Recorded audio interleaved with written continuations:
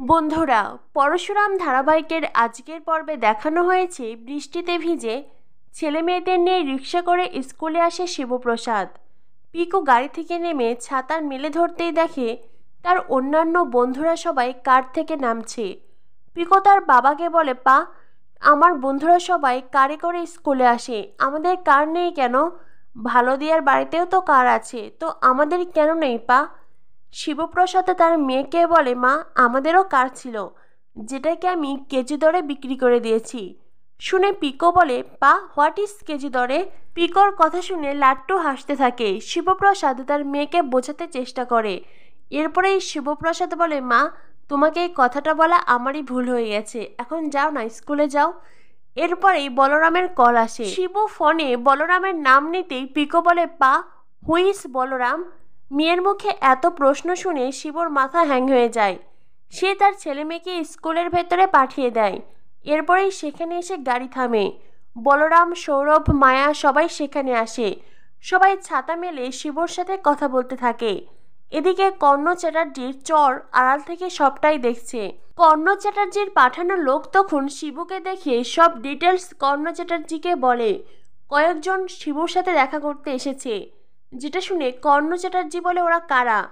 কর্ণ চ্যাটার্জির লোক বলে, আমি ঠিক বুঝতে পারছি না, দাঁড়ান, আপনার কাছে ছবি পাঠিয়ে দিচ্ছি। এই বলে সেই গুন্ডা কর্ণ চ্যাটার্জির ছবি তোলে। অন্যদিকে বলরাম শিবুর সাথে কথা বলা শেষ করে বলে, চল, এক্ষুনি যেতে হবে। শিবু বলে, দাঁড়া ভাই, যাওয়ার আগে অন্তত আমার স্ত্রীকে জানিয়ে যাই, যতই হোক সে তো চিন্তা করবে। এরপরে শিবু তটিনীকে কল করে। শিবু তটিনীকে জানায় সে এক জায়গায় যাচ্ছে ক্লায়েন্ট মিট করতে, যেটা শুনে তটিনী বলে, কি, তার মানে তুমি দুপুরে খাবে না? আমি তো তোমার জন্যই রান্না করছিলাম। এই তোমার সবসময় কেন ক্লায়েন্ট মিট থাকে বলো তো? শিবু বলে, প্লিজ রাগ করো না, তুমি খাবারটা ফ্রিজে রাখো, আমি রাতে এসে গরম করে খাবো, ওকে? এই বলে শিবু ফোন রাখতেই যাবে, তখনই তটিনী বলে, এই শোনো না, আসার সময় একটু ব্লাউজের দোকানে যেতে পারবে? ওখানে দুটো ব্লাউজ তৈরি হয়েছে, তুমি শুধু নিয়ে আসবে, ব্যাস। শিবু বলে, না না, আমি ব্লাউজের দোকানে যেতে পারবো না, ওখানে অনেক মেয়ে থাকে, ওই মেয়েদের ভিড়ে আমাকে যেতে বলো না প্লিজ। তটিনী বলে, প্লিজ আমার কথা শোনো না, তুমি তো আমার ভালো স্বামী, তাই না? আর আমার এতটুকু কথা শুনবে না? তটিনী অনেক করে শিবুকে রিকোয়েস্ট করে। শিবু বলে, ঠিক আছে, আনবো। এটা শুনে বলরাম, সৌরভ, মায়া সবাই মিটমিট করে হাসতে থাকে। শিবু ফোন রাখতেই মায়া শিবুকে বলে, বস, সেসব দিয়ে ব্লাউজের দোকান? তখনই বলরাম বলে, বস, ব্লাউজের দোকানে কিন্তু অনেক মহিলার ভিড়। শিবু বলে, কি আর করার, চল চল এবার যাই।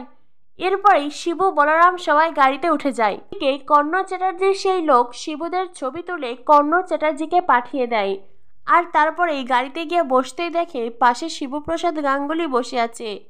কর্ণ চ্যাটার্জির সেই লোক বলে, কি, তুমি এখানে? তখনই শিবপ্রসাদ বলে, অনেক সময় দেখছিলাম আমাকে ফলো করছিলি, ছবি তুলছিলি, তাই ভাবলাম তোর সামনেই চলে আসি। সেই গুন্ডাটা পালিয়ে যেতে চাইলেই পাশের দরজায় এসে দাঁড়ায় বলরাম, সৌরভ, মায়া। গুন্ডাটা গাড়ি থেকে বের হতে চাইলেই সবাই মিলে তাকে ঘিরে ধরে। সে ভয়ে চুপসে যায়। এরপরেই শিবু বলে, কি হলো, বল, বল না, তুই কাকে ছবিটা পাঠিয়ে দিলি? শিবু বলে, কি হলো, বলবি না তাই তো? এরপরেই শিবপ্রসাদ তাকে মারতে থাকে, একেবারে মুখ বরাবর ঘুষি মারে। আর তারপরেই পিস্তল বের করে তার কপালে তাক করে। অন্যদিক থেকে বলরাম, সৌরভ, ওরাও কিল ঘুষি মারছে। সবার একটাই প্রশ্ন, বল, ছবিগুলো কাকে পাঠিয়েছিস? তখনই সে জানায় কর্ণ চ্যাটার্জিকে। যেটা শুনে বলরাম বলে, এক্ষুনি ফোন বের কর আর ছবি ডিলিট দে। কি হলো, দে। তখনই সেই গুন্ডা বলে, ছবি সেন্ট হয়ে গেছে। যেটা শুনে বলরামের মাথায় হাত পড়ে যায়। এদিকে দেখানো হয় তটিনী পাটায় মশলা বাড়ছে আর একা একাই বক বক করছে। দুইবার মিক্সিটা সারাতে দিয়েছিলাম, সে আবার নষ্টই হয়ে গেল। আর সবটাই হয়েছে ওই লালটুদার দোকানে দিয়ে, কি যে ঠিক করে কে জানে। তখনই এসে দরজায় ঠকঠক করে কেউ। তটিনী বলে, কে? দরজা খোলা আছে, ভেতরে আসুন, এখন আমি রান্নাঘরে আছি, যেতে পারবো না। তখনই সেখানে আসে মিতা বৌদি। তটিনীও বুঝতে পারে। তটিনী মনে মনে ভাবে, নিশ্চয়ই মিতা বৌদি এসেছে কিছু না কিছু চাইতে, যাই গিয়ে দেখি আবার কি চাইতে এলো। এই বলে সে দরজা খুলে দেখে মিতা বৌদি। ঠিকই ভেবেছিল, মিতা বৌদি বাটি হাতে দাঁড়িয়ে আছে। মিতা বৌদি তটিনীকে বলে, এই তটিনী, জানিস, দেখলাম রে, আমাদের বিল্ডিংয়ের নিচে একটা সাদা ধবধবে রাজহাঁসের মতন গাড়ি দাঁড়িয়ে আছে। নিশ্চয়ই তোর বাপের বাড়ি থেকে কেউ এসেছে। হ্যাঁ রে তটিনী, তোর বাপের বাড়ির লোকেরা তো অনেক বড় লোক রে। এত বড় লোক বাড়ির মেয়ে হয়ে তুই এই শিবপ্রসাদ গাঙ্গুলিকে কেন বিয়ে করেছিলি? তটিনী বলে, মিতা বৌদি, আমি তোমাদের শিবপ্রসাদ গাঙ্গুলির টাকা পয়সা দেখে বিয়ে করিনি, আমি ওকে ভালোবেসে বিয়ে করেছি। অবশ্য এই ভালোবাসার মর্ম তুমি কী করে বুঝবে? তোমার সংসারে তো ভালোবাসা নেই, তোমার সংসারে আছে চিৎকার, চেঁচামেচি, অশান্তি, যেটা পুরো ফ্ল্যাটের সবাই শুনতে পায়। মিতা বৌদি তার আবারও কুটকাচালের কাজ শুরু করে দেয়। তখনই সেখানে আসে মিস্টার বসাক, যে কিনা কবিরের লয়ার। মিস্টার বসাক তটিনীকে বলে, আমাকে চিনতে পেরেছেন? তটিনী বলে, হ্যাঁ চিনতে পেরেছি, আপনাকে কি ভোলা যায়? তো বলুন এখানে কেন এসেছেন? মিস্টার বসাক সেই কেস নিয়ে কথা বলতে থাকে। তটিনী মিতা বৌদিকে ওখান থেকে পাঠিয়ে দেয়। মিতা বৌদি বলে, আমার তো একটু জিরা লাগবে। তটিনী বলে, মিতা বৌদি তুমি এখন যাও, আমি তোমার ঘরে জিরা পাঠিয়ে দেব। মিতা বৌদি ওখান থেকে চলে যায়। তটিনী মিস্টার বসাককে বলে, আপনি কি আইনি কাজ ছেড়ে এখন দালালের কাজ করছেন? মিস্টার বসাক বলে, আপনি কিন্তু আমাকে অপমান করছেন। তটিনী বলে, আপনার যদি মান সম্মান থাকতো তো আপনি এখানে আসতেনই না। আর তাছাড়াও আপনি তো কর্ণ চ্যাটার্জির লয়ার, আপনি এখানে আমার কাছে কেন এসেছেন বলুন তো? আমার সাথে আপনার কিসের কথা? লয়ার তটিনীকে বলে, দেখুন এই কেসটা থেকে কি করে বেরিয়ে আসা যায় আমি সে বিষয়ে আপনার সাথে কথা বলতে এসেছি। আপনি চাইলেই কিন্তু এই কেসটা থেকে বেরিয়ে আসতে পারেন। তটিনী বলে, আমি বেরিয়ে আসতে চাই না। লয়ার তটিনীকে বলে, অনেক দূর কিন্তু এগিয়ে গেছে কেসটা। তটিনী বলে, ওই তো অনেক দূর এগিয়ে গেছে, আপনি এই কথাটা ঠিক বলেছেন, এখন আপনি এখান থেকে আসুন। লয়ার বারবার করে তটিনীকে আবারও ভয় দেখাতে থাকে, আবারও রিকোয়েস্ট করতে থাকে, কিন্তু তটিনীর সে এক কথা, এই কেস এত সহজে ধামাচাপা দেওয়া যাবে না।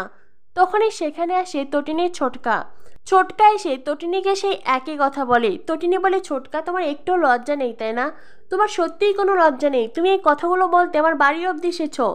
ছোটকা বলে, ভুলে যাস না আমি তোর ছোটকা হই, আমি তোর বাড়িতে 100 বার আসতে পারি, এটা আমার অধিকার আছে।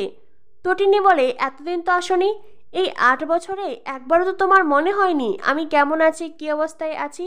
তো আজ কেন এসেছো? কেন বারবার এই একই বিষয় নেওয়ার সামনে আসছো? দয়া করে আমাদের শান্তিটা এভাবে হারাম করে দিও না। এই ছোট্ট ফ্ল্যাটে আমরা 4 জনে খুব সুখে আছি, তোমরা আমাদের এত অশান্তি করো না, চলে যাও এখান থেকে। তটিনী তার ছোটকার লয়ারকে ওখান থেকে যেতে বলে, তারা ওখান থেকে তটিনীকে শাসিয়ে বেরিয়ে যায়। এদিকে তটিনী কাঁদতে থাকে। তটিনীর বারবার মনে হয় হঠাৎ তার সুখের জীবনে কেনই অন্ধকার নেমে এলো, কেন তার জীবন এতটা অশান্তিময় হয়ে উঠেছে। এরপরেই তটিনী স্কুলে যায় পিকো আর লাট্টুকে নিয়ে আসতে, কিন্তু স্কুলের গেটে পিকো আর লাট্টু নেই। সে স্কুলের ভেতরে আসতেই ম্যাম জানায়, এখন থেকে লাট্টু আর পিকোকে আপনি স্কুলের ভেতর থেকেই নিয়ে যাবেন, তারা আর গেটে আপনার জন্য অপেক্ষা করবে না। তটিনী বলে, কেন ম্যাম? এতদিন তো সব গার্জেনরা তাদের সন্তানদের স্কুলের গেট থেকেই নিয়ে যেত, তো আমার ক্ষেত্রে বিষয়টি আলাদা কেন? ম্যাম তখন বলে, দেখুন স্কুল কর্তৃপক্ষ হয়তো রিস্ক নিতে চাইছে, কিন্তু আমি ব্যক্তিগতভাবে কোনো রিস্ক নিতে চাইছি না, তাই আমি চাই আপনি আপনার সন্তানদের স্কুলের ভেতর থেকে নিয়ে যান, কারণ বাইরে বিপদ আছে। তটিনী বলে, ম্যাম আপনি কি কোনো আভাস পেয়েছেন, কিছু কি হয়েছে? তখনই ম্যাম তটিনীকে জানায়, স্পেশাল ব্রাঞ্চের অফিসার ফোন করেছিলেন আর উনি আমাকে এটা করতে বলেছেন। তটিনী বলে, কে? ম্যাম বলেন, ওই তো স্পেশাল ব্রাঞ্চের অফিসার, এতটুকুই, এর বেশি কিছু জানি না। দেখুন আপনি আমার সন্তানের বিরুদ্ধে কোর্টে কেস লড়ছেন, এটা ঠিক, মা হিসেবে হয়তো আমার সন্তানের পক্ষেই থাকা উচিত ছিল, কিন্তু আমি তার পাশে দাঁড়াতে পারিনি। অন্যদিকে কর্ণ চ্যাটার্জি তার লোকের পাঠানো ছবি দেখে ভাবতে থাকে, এই স্পেশাল ব্রাঞ্চের অফিসারের সাথে এই শিবপ্রসাদ গাঙ্গুলি কি করছে। তখনই সেখানে আসে আরাধ্যা। শিবপ্রসাদের ব্যাপারে কথা বলতে দেখে আরাধ্যা বলে, কি হয়েছে বাবা? তখনই কর্ণ চ্যাটার্জি বলে, এই ছবিটা দেখো। আরাধ্যা বলে, এদেরকে তোমার খুব চেনা মনে হচ্ছে।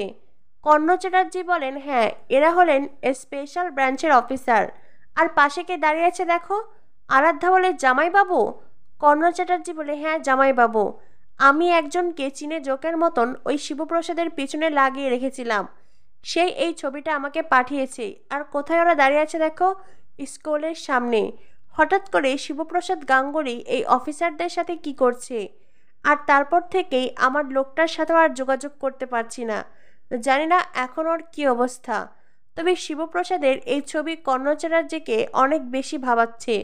তো বন্ধুরা, কি হতে চলেছে পরশুরাম ধারাবাহিকে পরবর্তী আপডেট পেতে আমাদের সাথেই থেকো। ধন্যবাদ সবাইকে।